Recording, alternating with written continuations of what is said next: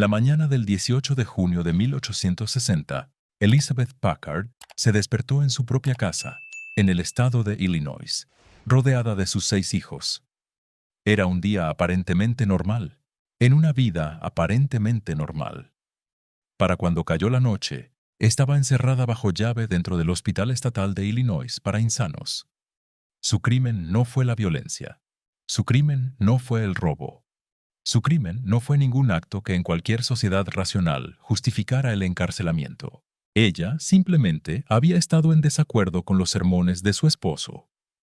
Eso fue todo. Había expresado opiniones religiosas que diferían de la estricta doctrina calvinista de él. Había asistido a una clase de estudio bíblico y se había atrevido a compartir sus propias interpretaciones de los textos. Por este acto de independencia intelectual, su esposo, Theophilus, arregló que el sheriff del condado llegara a su puerta y se la llevara arrastrada mientras sus hijos miraban aterrorizados. No hubo presentación de pruebas. No hubo una evaluación médica imparcial. No hubo derecho a defensa. 3 años. Elizabeth pasó 3 años enteros encerrada detrás de muros de piedra gruesa, separada de todo lo que conocía y amaba. Cuando finalmente logró que un jurado escuchara su caso, deliberaron exactamente 7 minutos. 7 minutos para llegar a un veredicto unánime de que ella estaba completamente cuerda, de que siempre había estado cuerda, y de que todos en esa sala lo sabían. Así que Elizabeth volvió a casa para reclamar su vida, para recuperar a sus hijos, para sanar lo que le habían roto. Pero lo que encontró al llegar debería perturbarte profundamente. La noche antes de su liberación, su esposo había alquilado su casa a completos extraños. Había vendido sus muebles. Había vaciado sus cuentas bancarias. Había tomado su dinero, su guardarropa, sus notas personales, sus hijos, y había huido del estado. Elizabeth Packard se quedó de pie frente a la casa que ella misma había ayudado a construir, absolutamente sin nada. Y cuando intentó contraatacar a través del sistema judicial, descubrió algo mucho peor que lo que su marido le había hecho. Descubrió que no tenía ningún recurso legal, ninguno en absoluto, porque bajo la ley estadounidense en 1860, Elizabeth Packard simplemente no existía como persona. Su esposo era dueño de todo lo que ella era, de todo lo que tenía y de todo lo que alguna vez sería. Y necesito que entiendas algo crítico antes de que avancemos un paso más en esta investigación. Esto no era ilegal. Esto no era un error burocrático. Esto no era un abuso de un sistema noble. Este era el sistema funcionando exactamente, milimétricamente, como había sido diseñado. Yo no estaba buscando esto cuando empecé a revisar viejos archivos. Estaba investigando algo completamente distinto. Estaba tratando de rastrear patrones de migración interna en el siglo XIX, cruzando datos de censos antiguos. Es el tipo de trabajo histórico estándar que haces cuando quieres entender cómo las familias se movían y construían el país. Pero de repente, empecé a notar un agujero negro en los datos. Un muro.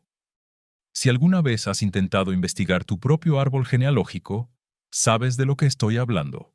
Llegas a un punto, usualmente alrededor de 1870, donde los registros se vuelven un laberinto de silencios. Estaba notando un patrón que nadie en los foros de historia parecía querer discutir en voz alta. Mujeres que simplemente se desvanecían de la documentación oficial. En un censo están ahí, registradas como esposa, madre, miembro de la comunidad, a veces dueña de propiedades heredadas. En el siguiente censo, 10 años después, han desaparecido. Los niños están reasignados a otros hogares o viven con una nueva madrastra. La propiedad ha sido transferida a nombre del esposo. No hay registro de defunción en el condado. No hay archivos de divorcio, lo cual era extremadamente raro y difícil de obtener de todos modos. Simplemente nada. Borradas. Y muy de vez en cuando, escondida en los márgenes de los libros de registro del condado, con una caligrafía apresurada, encontrabas una sola anotación: enviada al asilo. Si eres nuevo en este archivo, o si has estado investigando estas sombras conmigo desde el principio, te invito a que te suscribas y compartas esto. Deja en los comentarios desde qué ciudad estás investigando, porque te aseguro que cerca de ti hay un edificio de ladrillo rojo que esconde los mismos secretos. Quería saber qué habían hecho realmente estas mujeres para merecer ser borradas de sus propias familias. Lo que encontré fue una arquitectura legal diseñada específicamente para hacerlas desaparecer. La ley que hacía que todo esto fuera posible se llamaba coverture, que se traduce aproximadamente como cobertura o tutela legal. Suena casi elegante, protector, cuando lo pronuncias en una sala de conferencias. Pero lo que significaba en la práctica era brutal en su simplicidad matemática. El momento en que una mujer se casaba, su existencia legal terminaba. No de manera metafórica, literalmente. William Blackstone, el erudito legal británico cuyos escritos formaron la base de todo el derecho en los Estados Unidos, lo explicó claramente en 1765. Escribió, y cito: "El ser mismo o existencia legal de la mujer queda suspendido durante el matrimonio, o al menos es incorporado y consolidado en el del marido". Suspendido. Esa es la palabra exacta que usó el arquitecto de nuestro sistema legal. Una mujer casada no podía ser dueña de propiedades, no podía firmar contratos, no podía conservar los salarios que ella misma ganaba con sus manos, no podía demandar a nadie en un tribunal, ni podía ser demandada, no podía escribir un testamento válido sin el permiso explícito de su esposo. Y, de manera crítica, no tenía absolutamente ningún derecho de custodia sobre sus propios hijos. Ninguno. No era una persona ante la ley. Era una extensión de su esposo. Su propiedad. Su responsabilidad. Suya para disponer de ella como mejor le pareciera. Esto no era un tecnicismo legal oscuro que nadie usaba. Esta era la base absoluta del derecho de familia en toda la nación. Y aquí es donde el estado de Illinois hizo que la pesadilla fuera aún más perfecta. En 1851, el estado aprobó una ley que requería una audiencia pública antes de que cualquier persona pudiera ser internada en el hospital estatal para insanos. Una audiencia, presentación de pruebas, el debido proceso. Suena razonable, ¿verdad? Suena como el tipo de salvaguarda que esperarías en una sociedad civilizada que intenta proteger a los vulnerables. Pero había una excepción escrita meticulosamente en esa misma ley. Una categoría de persona que no recibía estas protecciones. Un artículo específico que establecía que un esposo podía internar a su esposa sin la evidencia de locura requerida en otros casos. Esas son las palabras exactas del estatuto. Sin una audiencia pública, sin pruebas médicas, sin que nadie, absolutamente nadie, le preguntara a ella su versión de los hechos, sin su consentimiento, solo su firma y un médico dispuesto a estar de acuerdo. Y los médicos, descubrí al leer los registros de la época, estaban notablemente dispuestos a estar de acuerdo. El médico que evaluó a Elizabeth Packard, un hombre llamado J. W. Brown, se había hecho pasar por un vendedor de máquinas de coser para poder entrevistarla. Se presentó en su casa bajo falsos pretextos. Le hizo preguntas casuales sobre su matrimonio y sus creencias teológicas, y luego le informó a su esposo que ella exhibía una gran aversión hacia él. Ese fue el examen médico. Esa fue la evidencia de locura requerida para encerrar a una madre de 6 hijos durante 3 años. Sé lo que algunos estarán pensando en este momento. Es el reflejo natural cuando nos enfrentamos a la oscuridad institucional.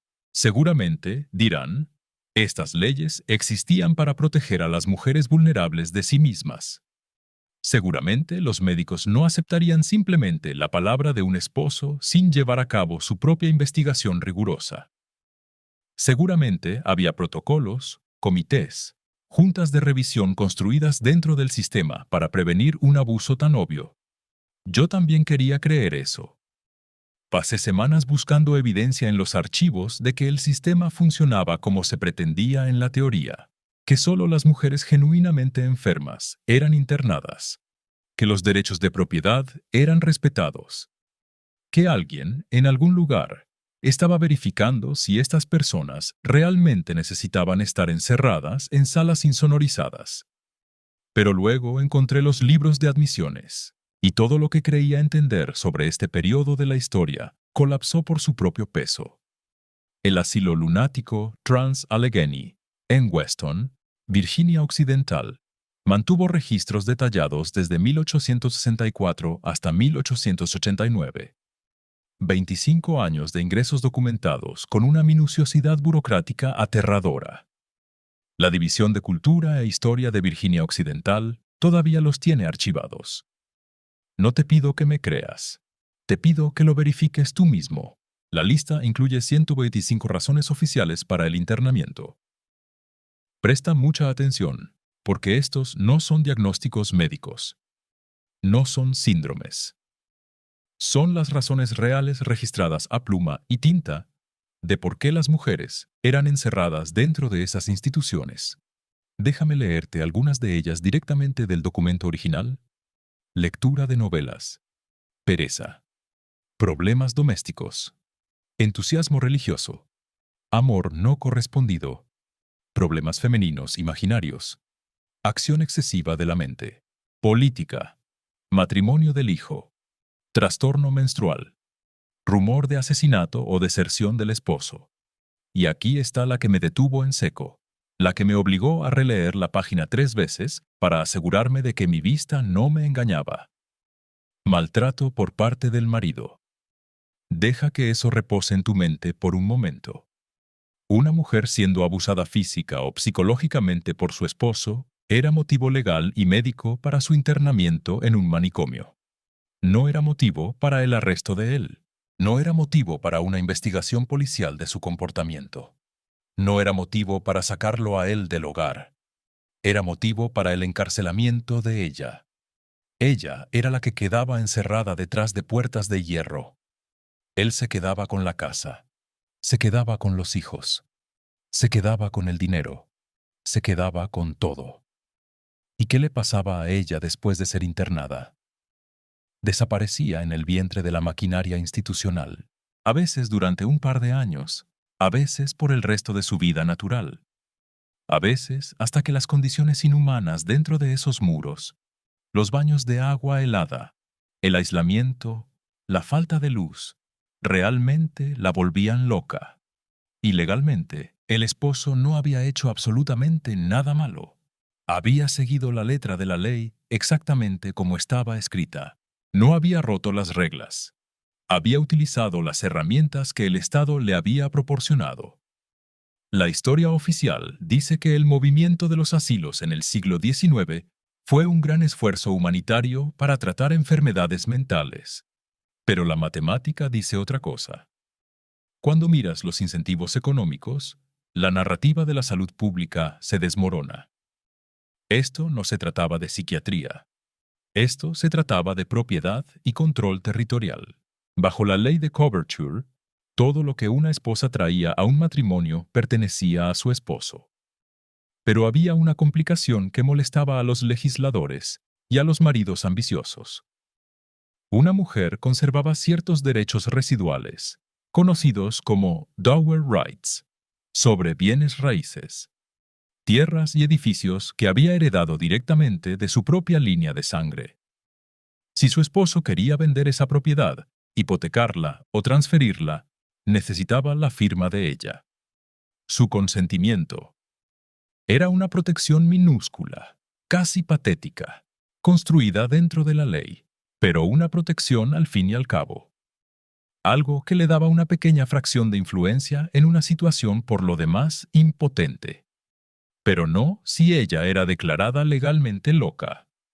Una mujer insana no tiene capacidad para dar su consentimiento. No tiene capacidad para objetar. No tiene capacidad legal en absoluto. Su firma ya no es requerida. Su propiedad, esas tierras valiosas, esas granjas, esos negocios, pueden ser liquidados sin su participación. Sus hijos pueden ser entregados como aprendices o enviados lejos sin procedimientos de custodia. Toda su existencia puede ser erradicada de los registros de la familia con un solo formulario de admisión al asilo, firmado por su marido y un médico complaciente. Y de repente, todas esas desapariciones masivas en el registro genealógico empiezan a tener un tipo de sentido muy diferente, mucho más oscuro.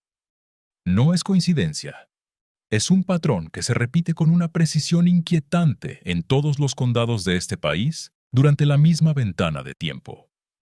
Elizabeth Packard entendió esto mejor que nadie. Fue víctima directa de esta confiscación, pero el sistema no solo apuntaba a mujeres de clase media con desacuerdos teológicos. Era una red industrial diseñada para atrapar a cualquiera que fuera inconveniente. En 1887, una joven y brillante periodista llamada Nellie Bly decidió descubrir qué sucedía realmente dentro de estas instituciones. Sabía que la única forma de averiguarlo era desde adentro. Fingió locura en una pensión para mujeres. Consiguió que un juez y varios médicos la declararan enferma mental en un tiempo récord.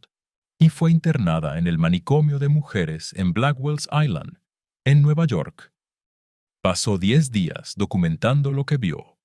Lo que encontró fue peor de lo que los críticos más feroces habían imaginado. Mujeres obligadas a tomar baños de agua helada en tinas sucias, compartidas por docenas de pacientes. Las mismas toallas usadas en mujeres con heridas abiertas se usaban en las sanas. La comida estaba podrida. Las palizas eran rutinarias para cualquiera que no obedeciera instantáneamente. Pero aquí está el detalle que persigue a cualquier investigador que lea su informe original. En el momento en que Bluey dejó de fingir estar loca, en el momento en que empezó a comportarse con total normalidad, el personal interpretó su cordura como una prueba más de su enfermedad. Ella escribió: «Desde el momento en que entré en la sala de locos, no hice ningún intento de mantener el papel asumido de locura. Hablé y actué tal como lo hago en la vida ordinaria. Sin embargo, por extraño que parezca, cuanto más cuerdamente hablaba y actuaba, más loca pensaban que estaba». El asilo, concluyó, era una trampa para ratas humana. Es fácil entrar, pero una vez allí, es imposible salir. Bly habló con las otras pacientes. Descubrió que muchas de ellas eran inmigrantes de clase trabajadora que no hablaban inglés, atrapadas en un sistema legal extranjero, incapaces de comunicar su propia cordura a médicos que ya habían decidido que su pobreza y su idioma eran síntomas de locura. Encontró mujeres cuyas historias eran idénticas a la de Elizabeth Packard, internadas por esposos vengativos porque eran más baratas de almacenar en un asilo estatal que de mantener en un divorcio, o porque el esposo quería casarse con alguien más sin el estigma social de la separación. No eran mujeres enfermas recibiendo tratamiento médico, eran mujeres inconvenientes siendo almacenadas, inventariadas, olvidadas. Y la única razón por la que Nellie Bly salió de allí fue porque su periódico, el New York World de Joseph Pulitzer, envió un equipo de abogados para sacarla. Las demás se quedaron atrás, en la oscuridad. Intenta dar un paso atrás y mirar todo el tablero. Esta maquinaria de encierro alcanzó su punto máximo entre 1850 y 1930. ¿Qué más estaba pasando durante esas décadas? En esa misma ventana de tiempo, 250,000 niños estadounidenses, muchos de ellos con padres vivos, fueron subidos a los trenes de huérfanos y enviados al oeste, despojados de sus identidades y entregados como mano de obra agrícola. En esas mismas décadas, el censo de 1890, el único documento federal que habría registrado de manera irrefutable a todas estas personas, su estado civil, su propiedad y sus relaciones familiares, fue misteriosamente dañado por un incendio en el sótano del Departamento de Comercio y luego, 12 años después, deliberadamente destruido por orden burocrática. Solo sobrevivieron 6,000 nombres de 63 millones. En esas mismas décadas, Los juzgados de los condados de todo el país, especialmente en el sur y el medio oeste, sufrieron una epidemia de incendios accidentales que destruyeron registros de tierras, certificados de nacimiento, actas de matrimonio y documentos de sucesiones. El sistema que permitía borrar a una esposa con una firma operaba en el mismo ecosistema institucional que quemaba la evidencia de su propiedad y subastaba a sus hijos. No hay documentos, no hay rastro, no hay familia. Si crees que este mecanismo simplemente desapareció cuando entramos en la era moderna, debes mirar la siguiente iteración de la misma tecnología de control. En la década de 1930 se inventó la lobotomía. Para la década de 1940, se estaba realizando de manera rutinaria en los asilos de Estados Unidos. Aproximadamente 50.000 estadounidenses recibieron lobotomías. El 75% de ellos eran mujeres. ¿Y adivina qué requería el procedimiento? Una sola firma, el consentimiento de un esposo o de un padre. El mismo marco legal que le permitió a Theophilus Packard borrar a su esposa de la sociedad en 1860 todavía funcionaba a la perfección en 1950. Diferente institución, diferente procedimiento médico, pero la misma estructura de poder. El mismo resultado, una vida apagada, porque alguien con autoridad legal sobre ti decidió que eras demasiado ruidosa, demasiado independiente, demasiado agotadora de manejar. Hoy, Elizabeth Packard es vista como una heroína. Pasó el resto de su vida luchando contra el sistema. Publicó libros. Cabildeó en las legislaturas estatales de costa a costa y logró cambiar las leyes en varios estados para garantizar el derecho a un juicio conjurado antes del internamiento psiquiátrico. Pero las instituciones cambian lentamente y siempre protegen a sus arquitectos. El Dr. Andrew McFarland, el hombre que la mantuvo encerrada durante 3 años, sabiendo que estaba cuerda, siguió siendo una figura respetada. Incluso testificó más tarde para declarar loca a Mary Todd Lincoln, la viuda del presidente, quien fue internada por su propio hijo para controlar sus finanzas. Tuvieron que pasar más de 160 años, hasta 2023, para que el estado de Illinois finalmente quitara el nombre del Dr. McFarland de un centro de salud mental y lo renombrara en honor a Elizabeth Packard. 160 años para admitir que el médico era el verdugo y la paciente era la cuerda. Pero lo que no me deja dormir en la noche no son las victorias tardías. Son esos 125 motivos de admisión en los archivos polvorientos de Virginia Occidental. Pereza. Leer novelas. Problemas domésticos. Estas no fueron invenciones de hombres malvados operando en las sombras, al margen de la ley. Fueron las razones oficiales, documentadas, selladas y legalmente sancionadas por el Estado por las que miles de mujeres perdieron todo lo que tenían. Son la evidencia de algo que funcionó exactamente como sus creadores querían que funcionara. Y en ningún lugar de esos expedientes, en ningún margen, ningún médico o juez explica por qué tener opiniones religiosas te hacía peligrosa. ¿Por qué leer un libro era un síntoma psiquiátrico? ¿Por qué ser abusada por tu esposo significaba que tú eras la que debía ser encerrada en una celda de ladrillo mientras él se quedaba con el dinero, la granja, el estatus y la libertad? Esas nunca fueron decisiones médicas. Fueron decisiones de transferencia de poder. Y el poder siempre, invariablemente, fluye en una sola dirección. Los registros todavía están ahí, si sabes dónde buscar. En Virginia Occidental, en Wisconsin, en Illinois, en los archivos estatales que no se quemaron. Miles de formularios de admisión. Miles de firmas de esposos. Miles de mujeres borradas. Te invito de nuevo a que compartas esta información, a que no dejemos que estos nombres sigan en la oscuridad de una bóveda estatal. Déjame saber en los comentarios desde dónde estás atando estos cabos sueltos, porque esta es una investigación que estamos armando juntos. Me pregunto cuántas de esas firmas están en tu propio árbol genealógico. ¿Cuántos de tus ancestros femeninos simplemente dejaron de aparecer en los registros alrededor de 1870? Y tu familia asumió que había muerto de alguna fiebre. ¿Cuántas herencias cambiaron de manos? ¿Cuántas líneas de sangre se reescribieron por culpa de un diagnóstico que no significaba nada más que esto? Ella tenía su propia opinión y su esposo la quería fuera del camino. Una vez que lo ves, no puedes dejar de verlo.